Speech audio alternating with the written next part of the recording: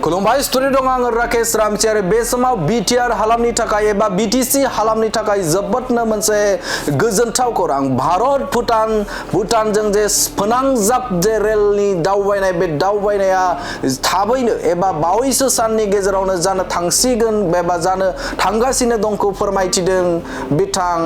हादरनि रेल बिफाननि मन्त्रि बिथां आश्विनी वैष्णव बिथाङा थारैनो बिथाङा रोखा बाथ्राखौ फोरमायथिदों जे मोननै जायगानिफ्राय भारत हादरनिफ्राय बे समाव भुटान फारसे दावबायनाय लामाखौ बानायगोन होननानै बाथ्रा बुंथिनायखौ नुनो मोनदों खौरां मेलनि गेजेरजों आबुङै फोरमायथिना होदों जे बिथाङा बे समाव बबे जायगानिफ्राय भुटानसिम बबे जायगासिम बे समाव दावबायनाय एबा बे समाव रेल लामाखौ बानायगोन होननानै बिथाङा फोरमायथिनायखौ नुनो मोनदों बिथाङा फोरमायथिदों जे बे समाव वेस्ट बेंगल जलपाइगुरि बानारहाटनिफ्राय नामसिसिम 20 किलोमिटार जानथाइजों बे समाव हान्थिनो थाखाय बे समाव रेलवे लामा बानायसिगोन होननानै फोरमायथिदों बिथां आश्विनी वैष्णव बिथाङा आरो बिथाङा फोरमायथिदों जे बेनि गेजेराव 20 किलोमिटार जानथाया बे जागोन बे समाव बानारहाटनिफ्राय नामसिसिम आरो बेवहाय गासै स्टेशना जागोन गंनै स्टेशन बेवहाय थागोन आरो बेनि अनगायैबो मेजर ब्रिज हिसाबाव एबा गुबै लामा मेजर ब्रिज एबा गिदिर दालां महरै गंनै थागोन होननानै फोरमायथिदों आरो बेनि अनगायैबो फिसा दालां महरै 24 गं थागोनखौ फोरमायथिदों बिथां आश्विनी वैष्णव बिथाङा आरो बिथाङा फोरमायथिदों जे बे कन्स्ट्राक्शनखौ बे खामानिखौ रेल लामा बानायनायखौ बे समाव 3 बोसोरनि गेजेरावनो बानायफुंनानै एबा लुफुंगोन होननानै फोरमायथिनायखौ बे समाव नुनो मोनो थारैनो बेयो जोबोद मोनसे गोजोनथाव खौरांखौ जों बुंनांगोन आरो बेवहाय गासै 577 कौटि रां बेवहाय इनभेस्ट खालामगोनखौबो फोरमायथिदों बिथां आश्विनी वैष्णव बिथाङा आरो बेनि अनगायैबो जे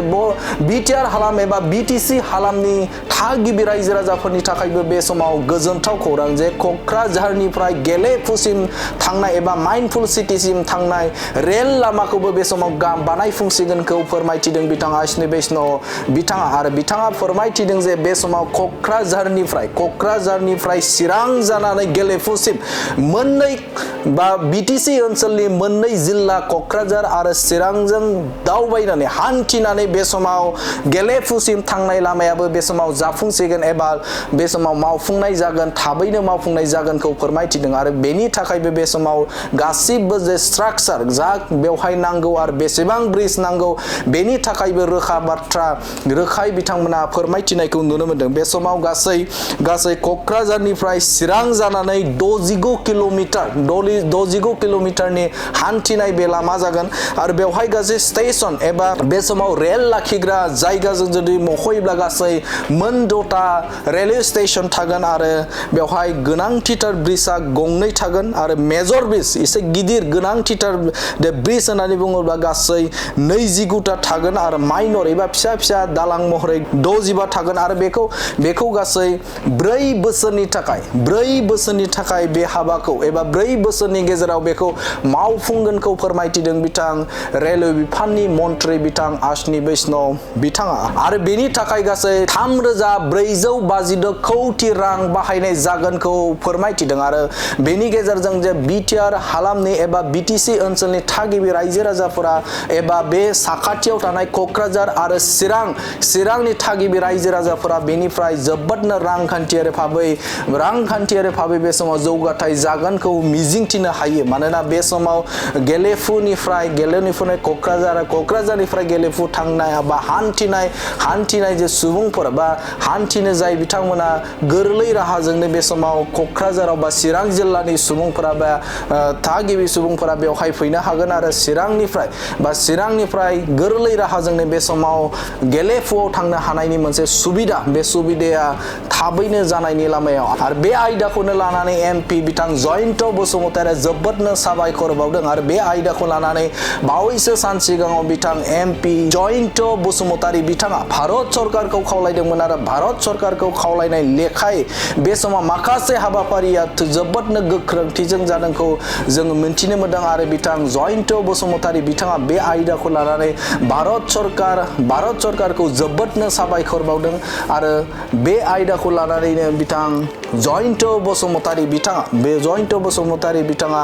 हादरनि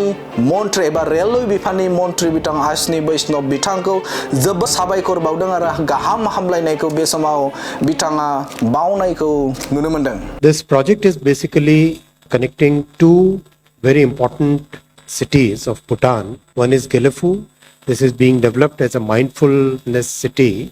and second is Samse, which is an industrial city. The two projects will take off from the network of Indian Railways at Kokrajhar and Banarhat. The investment which is envisaged at this point of time is about 4,033 crore rupees. The total length is about 89 kilometers of railway network will be created. This is the current railway network. The yellow line that you see in between the two blue lines, that is the most important economic corridor, rail corridor, connecting Assam, Tripura, Mizoram, Nagaland, Meghalaya. There is a blue line on the top. That line is now getting developed as a major corridor along the northern border, and that line basically provides alternative connectivity, and it's very, very important project. So the takeoff of these two projects will happen, one at Banarhat from that blue line that you see, that goes all the way to Samse, and the other one from Kokrajhar that will go to Gelaphu. New Bongaigaon is a major industrial center in India where it is getting connected. Kokrajhar is the station, and then it gets connected to the entire Indian railway network. So in a sense, by constructing about some 70 kilometers, you get the advantage of 1,50,000 kilometers of railway network. The construction period will be about 4 years for this project. All the land schedules, everything has already been done. Very soon we'll start the construction work. Banarhat to Samse is the second line. On the existing railway line, we'll also have two small cord lines so that the movement can happen on both sides of the train seamlessly. This is about 577 crores and this will take about 3 years. Lots of goods movement which takes days today will start happening in few hours. We have seen in Mizoram, it used to take 4-5 days for a cement truck or any other goods truck to reach capital Aizawl. Now that's happening in a few hours. In case of Srinagar, we have seen that the time for goods shrinks from days to hours. So that is the benefit which will happen for Samse as well as Gelaphu. This is one of the promises we had made, and we are delivering on this promise.